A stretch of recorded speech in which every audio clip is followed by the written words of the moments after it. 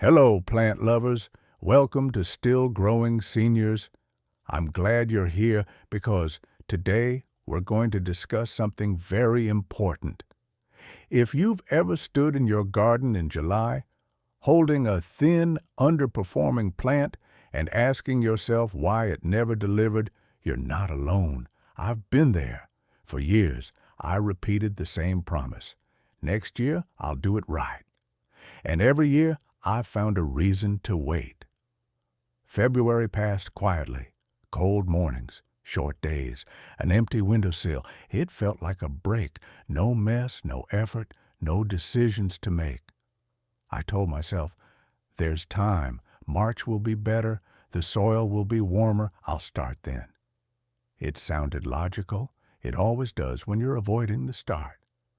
Summer doesn't argue. It just shows results. Tomatoes that stayed pale and soft. Peppers that never put on real weight.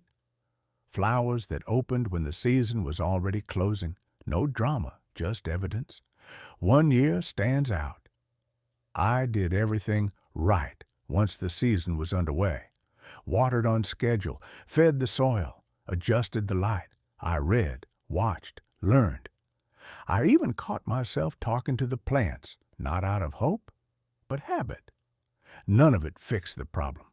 The harvest wasn't a disaster. That was the issue. It was mediocre. Mediocre leaves no excuses. You can't blame the weather. You can't call it bad luck. It forces you to look at timing. That was the year I understood the real mistake. If you don't sow certain seeds in February, they don't fail outright. They lag. They start behind and stay behind.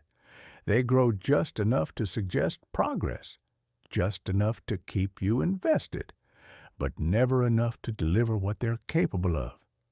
By the time they're established, the season has already moved on. The problem wasn't the soil or the seed quality. It wasn't technique. It was delay. I treated February like an optional month, when in reality, it sets the pace for everything that follows. You can't compensate later for a weak start. Extra water won't fix it. More fertilizer won't fix it. Effort applied too late only creates the illusion of control. That kind of disappointment hits harder than failure because failure ends the conversation. Almost keeps it open.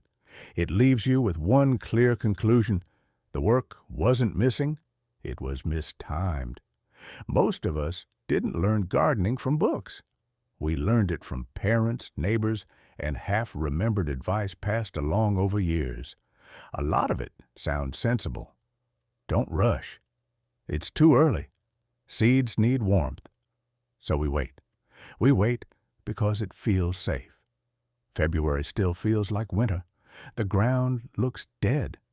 The air bites a little. Your knees remind you of every cold morning you've ever worked through. The garden seems asleep, and it's easy to believe you should be too. I used to think sowing too early was the worst mistake you could make. I was afraid of weak plants, thin stems, pale leaves stretching for light. And yes, that can happen. But that fear blinded me to a bigger problem, one that doesn't show itself right away. Sowing too late doesn't look like a mistake in spring. The seedlings come up on time. They're green. They're standing. Nothing looks wrong. That's why it's dangerous. You relax. You assume you're on track. When doubts creep in, most people tell themselves the same thing. I'll make up for it. More water, better feed, a warmer corner, extra attention. It's a comforting belief because it suggests effort can replace timing. It can't. You can't fix a late start with harder work. Plants run on daylight, not good intentions. Once the clock starts moving faster, it doesn't slow down for anyone. A seed started late is forced to race through stages that should have taken time. Roots stay shallow. Growth looks healthy on the surface, but the foundation never catches up. When the results disappoint, we turn the blame inward. We say we watered wrong, we fed wrong, we say the weather betrayed us. Or worse, we tell ourselves we're past our prime, that we've lost the touch we once had. That's not true. The mistake isn't carelessness. It isn't age. It isn't lack of effort. It's starting behind and expecting effort to close the gap. February feels optional, but for certain plants, it isn't. It's the difference between steady growth and constant catching up.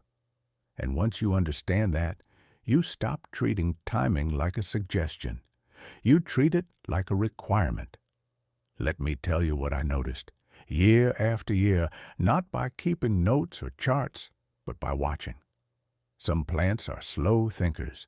They don't rush decisions. From the moment a seed wakes up, it takes time to decide what it's going to be. Roots come first, quietly, out of sight. Then structure, then strength. The visible growth is the last thing to arrive. When you sow these plants late, something misleading happens. The days are longer. The light is stronger. The plant responds by pushing growth above the soil. You look at it and think, it's fine. It's caught up. But that's surface growth. Below ground, where the real work should have happened earlier, it's behind. Those roots never had time to spread calmly. They were forced to hurry. And a plant that starts in a hurry never really slows down. It spends its whole life reacting instead of building. That's why the problem hides so well. In April and May, everything looks promising. Leaves are green. Stems are upright. In June, you're still optimistic. It's only later, when the heat arrives, when fruit should be setting, when stress tests the plant, that the weakness shows. The plant runs out of reserve. It tires early. Production drops. Sometimes it simply gives up. I learned this the hard way with peppers. For years, I sowed them in March. They grew. They flowered. On paper, nothing was wrong. But every summer, right when they should have been hitting their stride, they stalled. One winter, after a long conversation with an older gardener, a man who had been growing food longer than I'd been alive, I changed one thing. I sowed peppers in February. Nothing impressive happened at first. In fact, they stayed smaller longer. They didn't race. They didn't show off. But by midsummer, the difference was obvious. The plants were steady. They didn't panic in the heat. They kept producing. There was no stall, no sudden exhaustion. They weren't rushing because they didn't need to. I started seeing the same pattern elsewhere. Tomatoes, celery, certain late-blooming flowers. When started early, they move at their own pace. When started late, they spend the entire season trying to recover lost ground and never quite succeed. That's the part many people miss. February sowing isn't about speed, it's about time. You're not trying to make plants grow faster. You're giving them space to grow properly at the beginning, when it matters most. And no amount of watering, feeding, or attention later can replace that lost beginning. Timing doesn't forgive. It just waits for the results. The moment it finally clicked for me was simple. If you start late, no amount of skill later will fully save the result. That sounds harsh, but it's also relief. It means you can stop carrying blame for outcomes that were decided months earlier. Once I accepted that, my whole approach changed. I stopped asking, what am I doing wrong now? And started asking, did I give this plant enough time at the beginning? That question cuts through a lot of noise. February stopped feeling like an awkward, inconvenient month. It became something else entirely. A quiet window. No pressure, no rush. Just a chance to set things in motion properly. before the season starts demanding results. That shift mattered. Instead of reacting all spring, I began preparing in winter. A few trays on a windowsill, a bit of light, nothing dramatic. But those early weeks gave the plants something they could never get later: margin. And margin changes everything. When problems showed up later, as they always do, the plants handled them better. Heat didn't knock them flat. Missed waterings weren't a disaster. They had reserves. They weren't living hand to mouth. That's when I realized February isn't about doing more work. It's about doing the right work when it still counts. A small, calm decision early on prevents a long season of second-guessing. Once you see that, it's hard to unsee. You stop chasing fixes. You stop overcorrecting. You start respecting the beginning. And when summer comes, the garden feels different. Less frantic, less apologetic. You're no longer hoping things will work out. You've already done the part that actually mattered.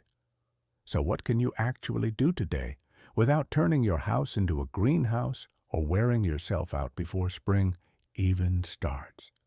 First, understand this. February sowing is not about quantity. It's not about filling every windowsill or proving how dedicated you are.